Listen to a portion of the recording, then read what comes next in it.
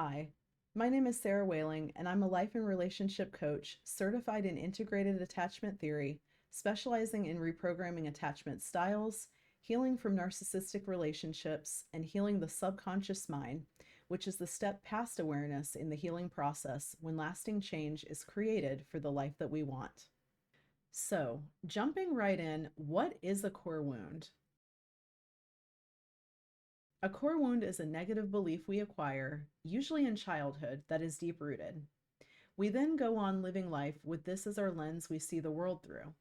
For instance, if a child gets bullied on the playground, they may come away with the deep rooted belief about themselves of, I am disliked. Many years later, as an adult, they avoid that social gathering because they assume that people will not like them. These core wounds are just automatically projected onto things we come across in life. One of the key things to remember about core wounds is that they will be there until they are reprogrammed. Bringing awareness to our belief system is only the first step. We then have to actively do something about it.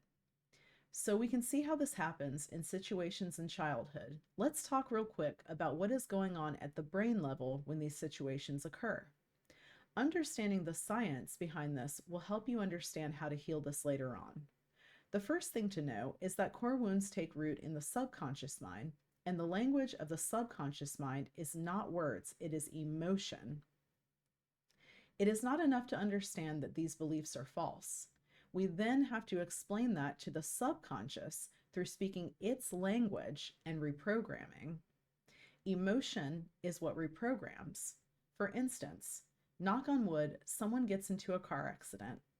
That single, very intense feeling of unsafety can form the core wound, I am unsafe, because of the strong emotional imprint that happens. That being said, when we are actively knocking out a core wound, we are up against a deep-rooted program, and we also must use repetition. Repetition plus emotion is what reprograms. A good reprogramming process would be a daily routine for 15 minutes for a few months. Okay, moving on to the second example. Someone grows up in a household where a lot of fighting and chaos took place, with many instances of feeling uncomfortable or unsafe, either emotionally or physically, on an ongoing basis. This can also hardwire the core wound, I am unsafe. It is common to have a few to several core wounds. Another important thing to know about core wounds is that every time we think thoughts and feel feelings associated with a core wound, we are firing and wiring that neural pathway deeper. That is why stopping those thoughts in their tracks and not going far down that pathway is crucial. Being for a solution instead of against a problem. One vital way of doing this key first step is disidentification. We must bring to the forefront of our minds that this is a program running in our subconscious mind and not automatically identifying with this thought, not just seeing it as reality. It's kind of like a track running in the background on repeat that life has programmed in, and we can change it. Okay, so what are some common misconceptions about core wounds?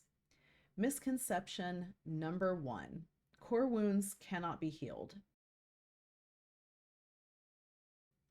I really just wish knowing that it's possible was common knowledge, but it's not.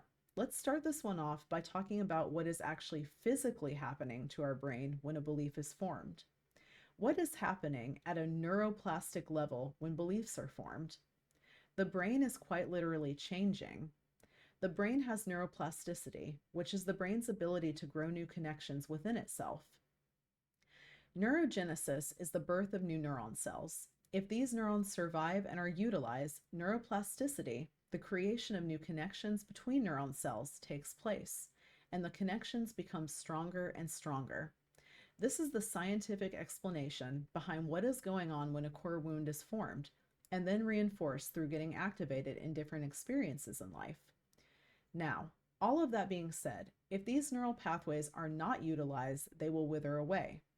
This is an illustration of how disidentification and stopping unhealthy thought patterns in their tracks helps us in the reprogramming process. This is also why repetition is so vital to the reprogramming process. People used to believe that the brain does not grow or change in our adult lives, but science has proven this to be completely untrue.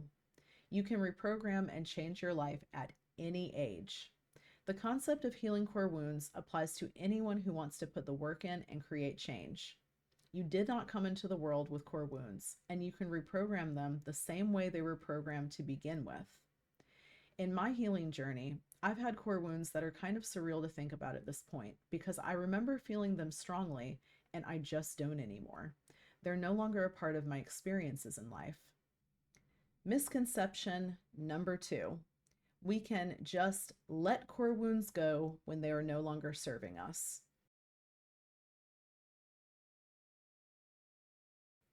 It's very problematic to tell a person in suffering to just let it go. The reason that this is not possible is because core wounds are not conscious decisions, so they cannot be solved at the conscious level that way. They are rooted in our subconscious mind, and the conscious mind cannot overrule the subconscious mind. The subconscious mind is much more powerful. That is why, for example, you don't see people stick to New Year's resolutions. If they were just about a conscious decision, it wouldn't be that hard. But people have subconscious drivers holding them back in this situation. You can liken the mind to an iceberg.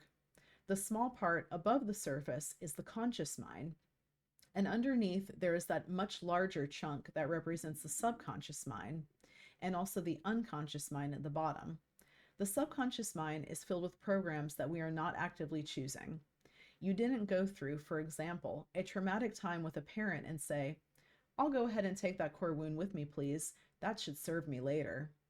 We have to address the root cause and heal at the level of the wound, which involves actively putting in work to reprogram the subconscious. Misconception number 3: my core wounds are just who I am. Since core wounds are programmed at such a deep root level in the subconscious, our entire experience of life and existence as we know it kind of forms around them.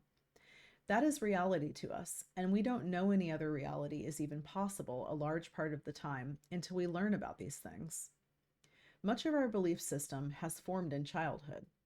Our self-identity kind of forms around all of this. The truth is, core wounds hold us back from who we are. They stop us from reaching our full potential with limiting beliefs. It's easy for core wounds to make us conclude things like, "Oh, I could never do XYZ because I'm not good enough," if you have an "I am not good enough" core wound, for example. Then you don't see yourself in your dream job, etc. And it is very much a part of your self-identity. When we learn about core wounds and how to heal them, we are no longer held back and are able to form our self-identity and choose in life. Misconception number 4: I am too deeply damaged to heal. The truth is that this is just simply not true. The physiologic changes that are going on, whether you are going through the process of healing a couple core wounds or 15 deep-rooted severe core wounds, are the same. Yes, the blatant truth is that it can take longer and require more effort, but the process doesn't change. It takes consistent work, but it works. When I first started reprogramming, I had at least 15 core wounds, so I can speak from firsthand experience that your effort really will eventually completely pay off. Misconception number 5: this core wound keeps me safe.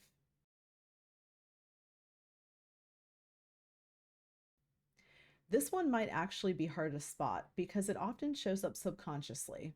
The thing to look out for with this one is resistance when you're doing your reprogramming. This one shows up quite often and is paired with our biggest core wounds. This basically happens because the subconscious mind is concerned with two things. Number 1, maintaining your subconscious comfort zone, which is basically just maintaining what we're used to, whether it is good or bad. And 2, surviving. If we had X belief this long and survived, the subconscious mind just believes we will keep on surviving with it. One way to combat this subconscious misconception is to use the cost-benefit analysis in your reprogramming routine. It's good to start off with this and then move on to the reprogramming the wound itself. This will rewire the misconception and program in positive associations with getting rid of whatever core wound you're working on and programming negative associations to keeping this core wound alive. For example, if you're working on the core wound, "I am unsafe," You can ask yourself what having this core wound has cost you in life. Maybe it's robbed you of life experiences. You would then ask yourself, how would my life be better without this core wound plaguing me? Misconception number 6: you will grow out of your core wounds. I want to close with this one because it cannot be stressed enough how untrue this is, and for more than one reason. The subconscious mind will not change until it is reprogrammed. You can be 80 years old and still have the same childhood wounds that were never healed. Why is this? All day long, we are viewing life through the perception of our beliefs, and the mind makes the assumptions about things that don't go our way based on our beliefs. For example, if you have the core wound, I am rejected, you might be quicker to think you're rejected if someone doesn't call you back, rather than maybe they just got busy with life. Core wounds actually just grow stronger and more deeply embedded with time if we are firing and wiring these beliefs without equilibrating them. So I hope that this video was informative about some of the basics about core wounds and how to eliminate them. I want to thank you for tuning in today, and if this video was helpful, please give it a like and subscribe to join me for more weekly content.